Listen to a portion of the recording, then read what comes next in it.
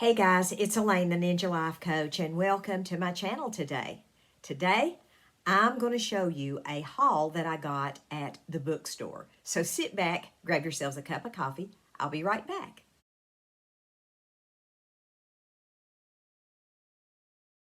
Hey everybody, I'm back. And before I start this video, I want to talk with you about a book that I'm reading now.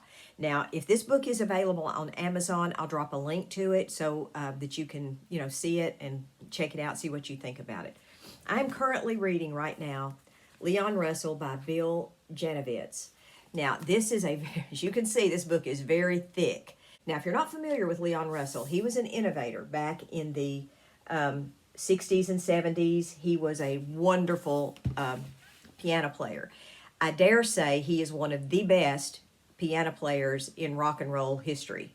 And he created his own sound, kind of called Tulsa Rock.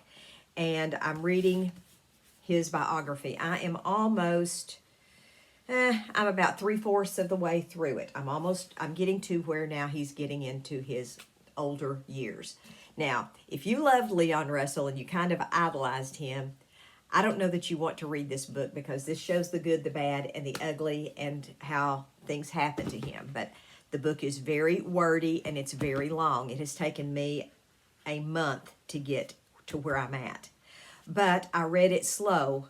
At the first part of the book is very slow, but once you kind of hit the stride of his career, the latter part of it has gone much quicker.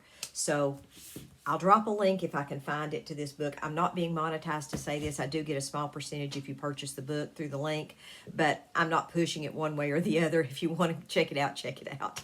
Okay, so here's the stuff I got at the used bookstore. And let's start off with this cute little thing. This is A Christmas Carol, and I bought it just simply because of the cover.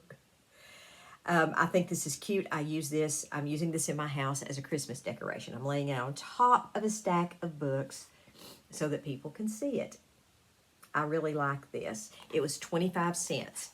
And I don't know what edition this is, and I don't really care. I just kind of wanted to get this because, like I said, I thought the cover was pretty. Another book that I picked up at the bookstore was called The First Princess. This was $1.50, and it's just like a historical romance. I don't read those very much, but I do like them as long as they're not too graphic. I do like them as long as they are historically accurate, and I figured for $1.50, if it's bad, if it's not any good, I'll just rehome it somewhere else. I'll know within the first 50 pages if I want to waste my time reading that or not. Now this one was $7 and it's a hardback. I buy hardback when I can because I think they last longer. But something that's probably going to be a disposable read like this, I don't worry about it. Where the Crawdads Sing. I've been wanting to read this book and I haven't ever.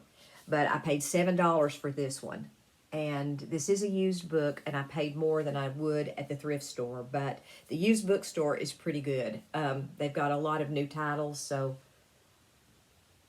there it is.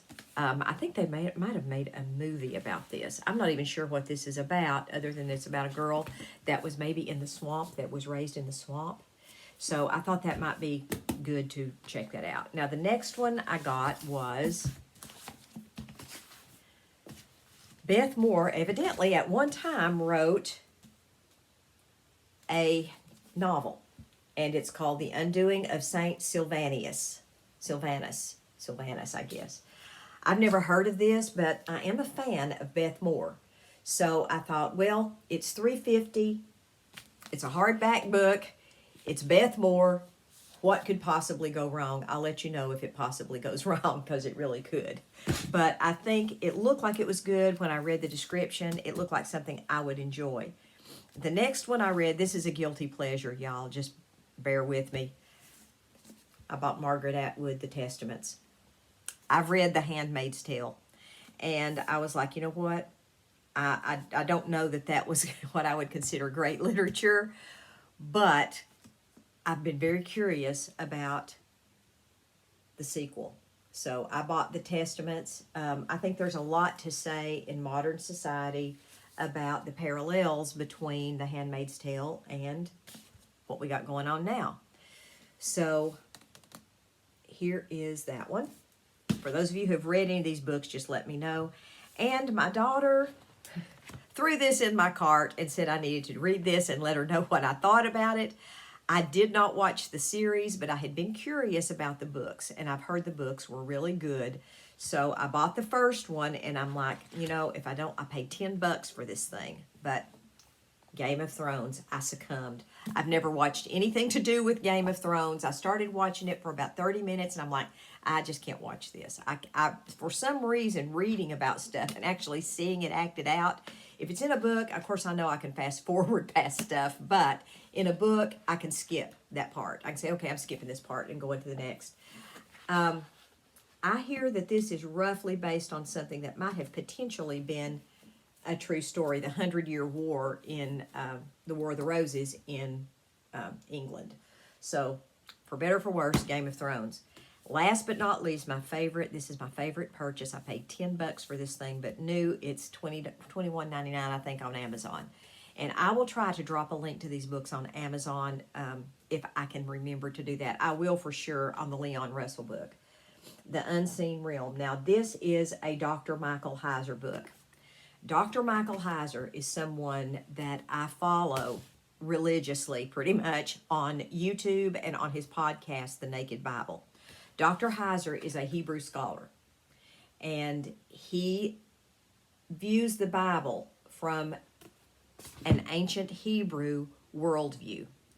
And so even when he does New Testament commentary or things like that, he says, what would the disciples have heard? Well, they would have heard this because this was their worldview at the time. This was what was going on in the world at the time that they lived.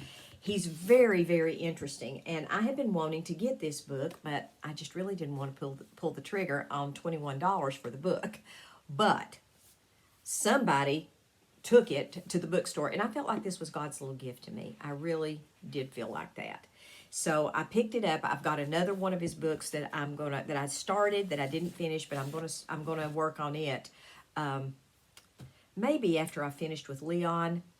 I may not start that one right after Leon. That Leon book is pretty intense, and I have a feeling that that other book I've got, and I know the books by him are going to be intense.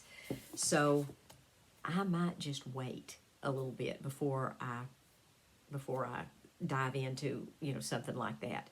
Y'all, I really love to read. And one reason I decided to really ramp up my reading is I noticed I was spending a lot of time watching TV.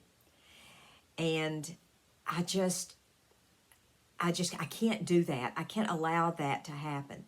So I thought, well, maybe if I just go back to reading like something I used to do all the time, which was just read, then I think that will be better for my mind, provided I'm not putting just garbage in my mind, which, I may be with some of these books, but if I find it to be so, then I know exactly where the donation bin is. I can take it right back where I got it and get a credit, and no harm, no foul. It's not, I might lose a few bucks, but that'll teach me next time.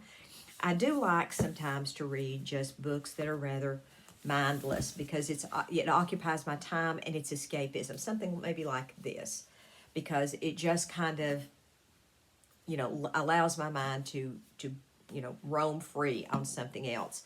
So I think that we all need a little bit of that right now to a certain extent. So that's kind of my story. Something else that I would recommend, and this is not a hardback book, but you can get it on Kindle, or you can download it, I think, on your, any of your book apps. And there's a series, it's 3 different books on your Kindle.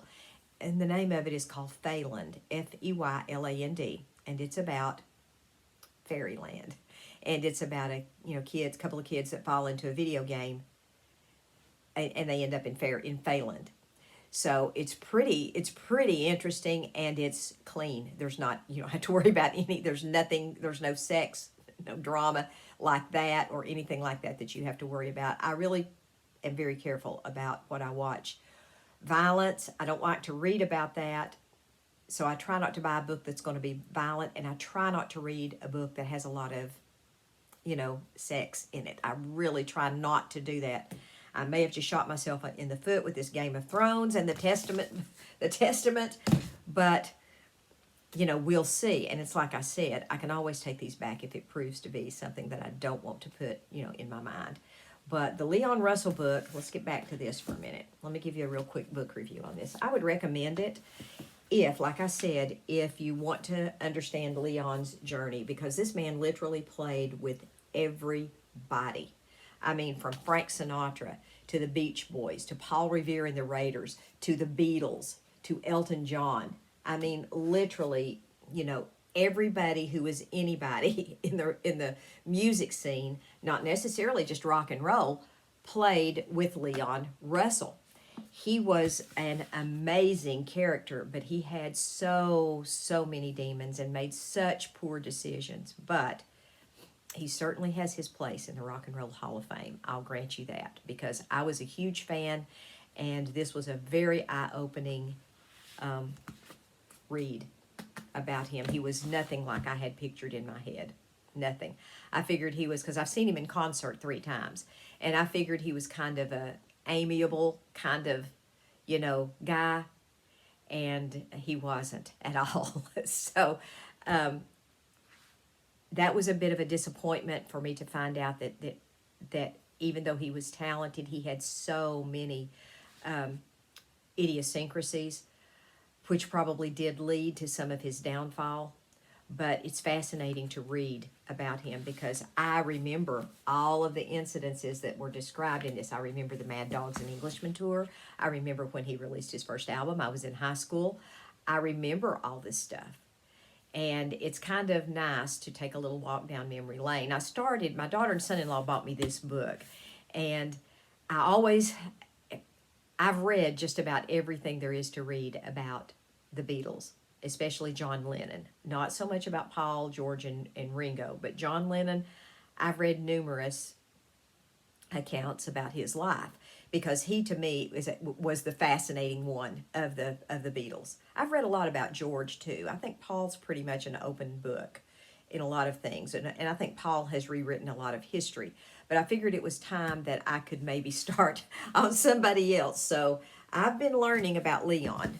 So if you want to, too, check him out on Amazon. So I know I've been rambling here a little bit, guys. I'm sorry about that. But I will let you know if you have read any of these books. Let me know, and let me know what you think, because it's going to take me a while to get into reading. There's 1, 2, 3, 4, 5, 6. There's 6 books here, and it's going to take me a little bit, because I've still got to finish Leon. I've still got, you know, about a third of the book to finish. You can see it's right. I've got this little section right here to finish.